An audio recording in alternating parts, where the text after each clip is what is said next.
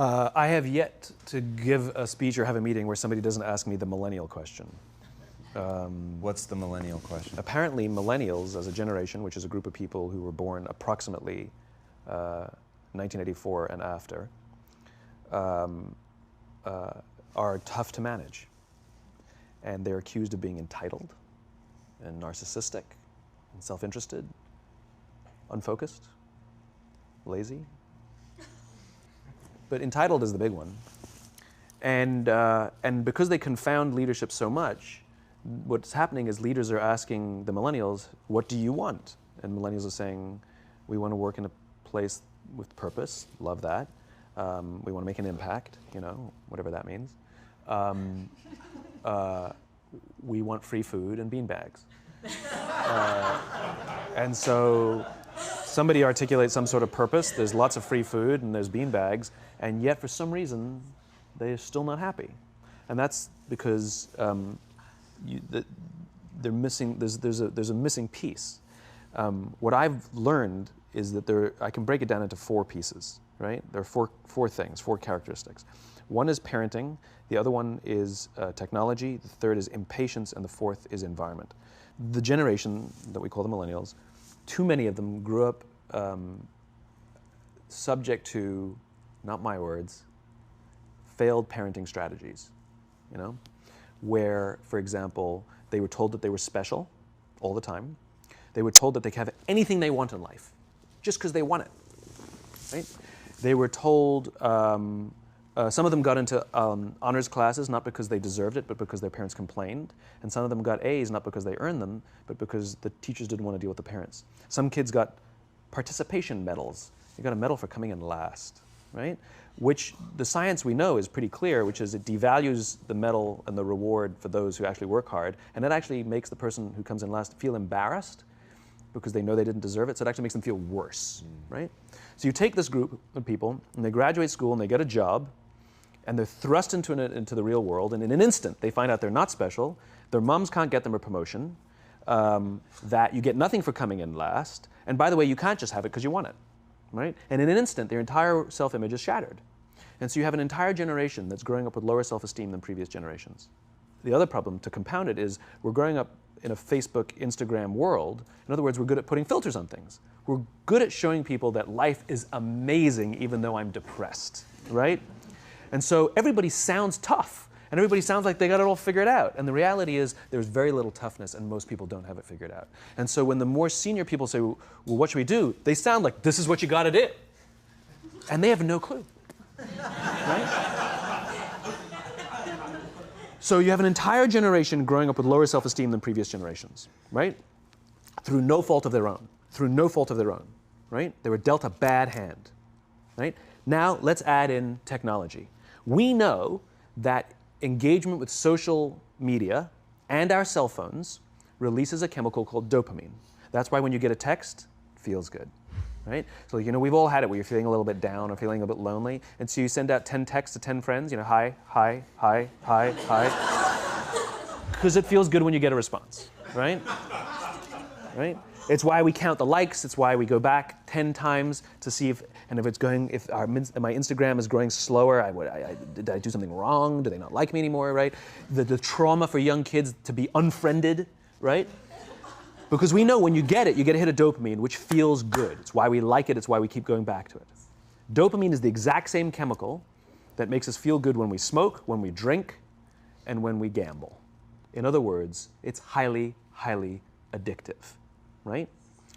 We have age restrictions on smoking, gambling, and alcohol, and we have no age restrictions on social media and cell phones, which is the equivalent of opening up the liquor cabinet and saying to our teenagers, hey, by the way, this adolescence thing, if it gets you down. But that's basically what's happening. That's basically what's happening, right? That's basically what happened. You have an entire generation that has access to an addictive, numbing chemical called dopamine through social media and cell phones as they're going through the high stress of adolescence. Why is this important? Almost every alcoholic discovered alcohol when they were teenagers. When we're very, very young, the only approval we need is the approval of our parents. And as we go through adolescence, we make this transition where we now need the approval of our peers.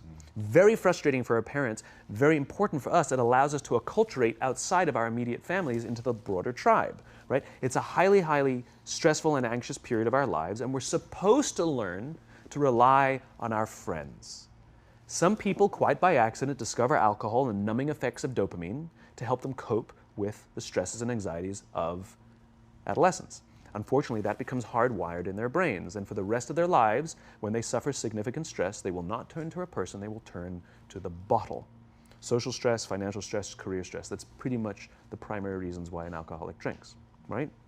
What's happening is because we're allowing unfettered access to these dopamine-producing devices and media, basically it's becoming hardwired, and what we're seeing is as they grow older, too many kids don't know how to form deep, meaningful relationships. Their words, not mine. They will admit that many of their friendships are superficial. They will admit that their friends, that they don't count on their friends, they don't rely on their friends, they have fun with their friends, but they also know that their friends will cancel on them if something better comes along. Deep, meaningful relationships are not there because they never practice the skill set, and worse, they don't have the coping mechanisms to deal with stress. So when significant stress starts to show up in their lives, they're not turning to a person, they're turning to a device, they're turning to social media, they're turning to these things which offer temporary relief. We know, the science is clear, we know that people who spend more time on Facebook suffer higher rates of depression than people who spend less time on Facebook, right? These things balanced. Alcohol is not bad, too much alcohol is bad. Gambling is fun, too much gambling is dangerous, right? There's nothing wrong with social media and cell phones. It's the imbalance, right? If you're sitting at dinner with your friends and you're texting somebody who's not there, that's a problem. That's an addiction. If you're sitting in a meeting with people you're supposed to be listening to and speaking, and you put your phone on the table, face up or face down, I don't care, that sends a subconscious message to the room that you're just not that important to me right now, right? That's what happens. And the fact that you cannot put it away is because you are addicted, right? If you wake up and you check your phone before you say good morning to your girlfriend, boyfriend, or spouse, you have an addiction.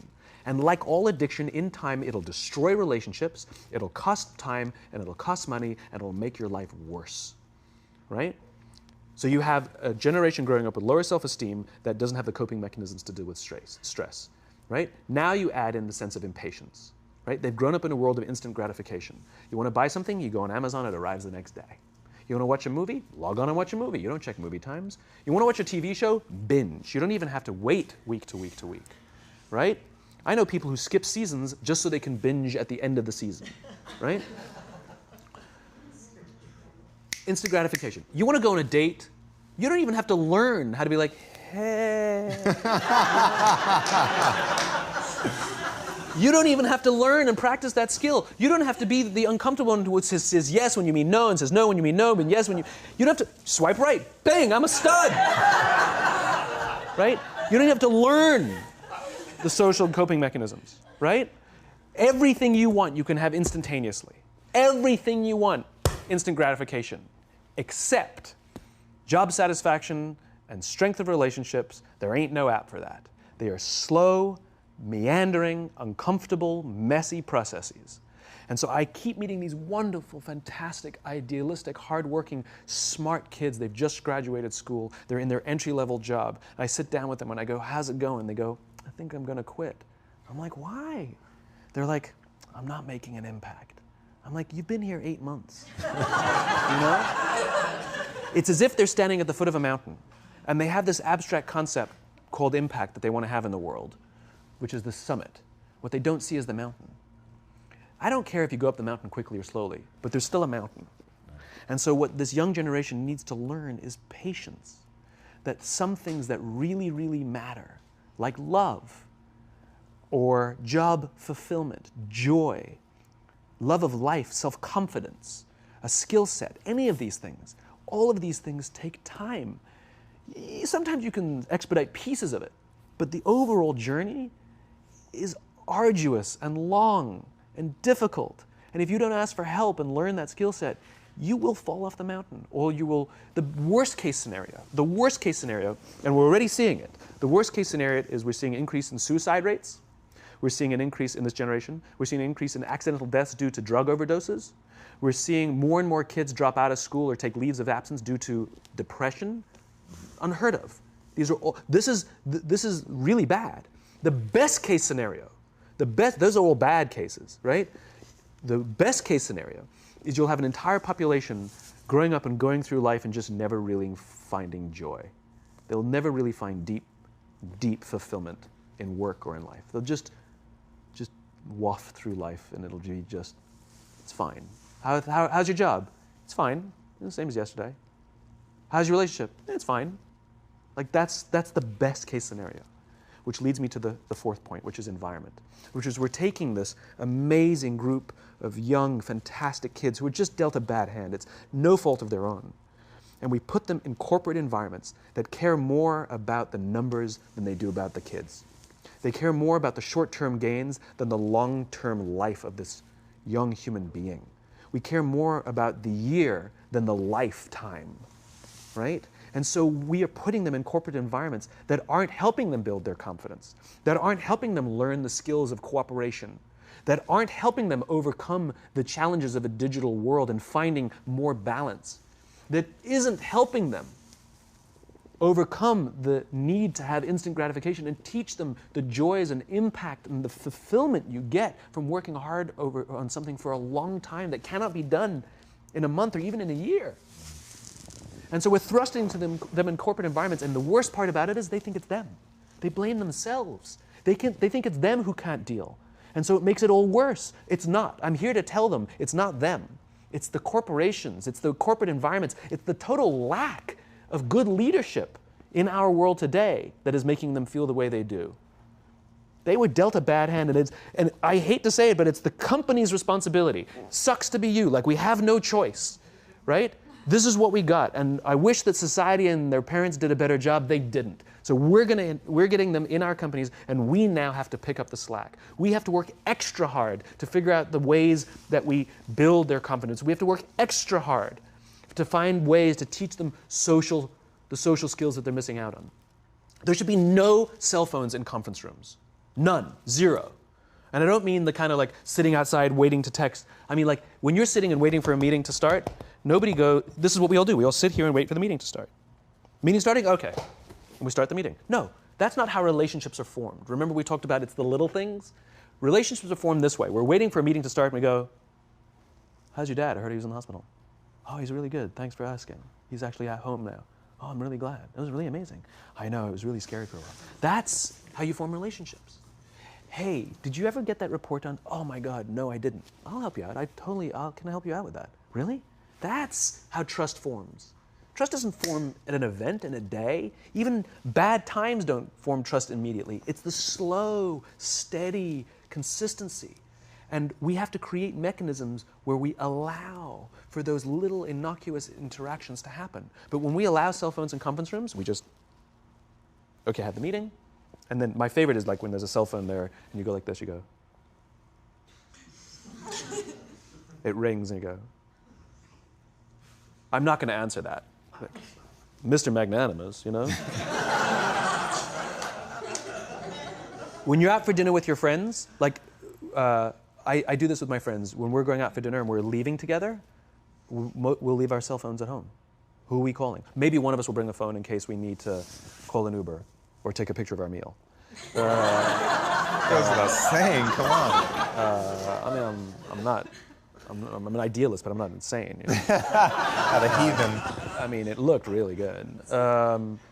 We'll take one phone.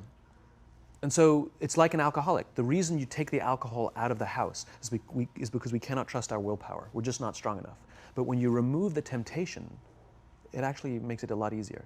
And so when you just say, don't check your phone, people literally will go like this. And somebody will go to the bathroom, and what's the first thing we do? Grab the phone. Because I wouldn't want to look around the restaurant for a minute and a half, you know? But if you don't have the phone, you just kind of enjoy the world. And that's where ideas happen. The constant engagement is not where you have innovation and ideas.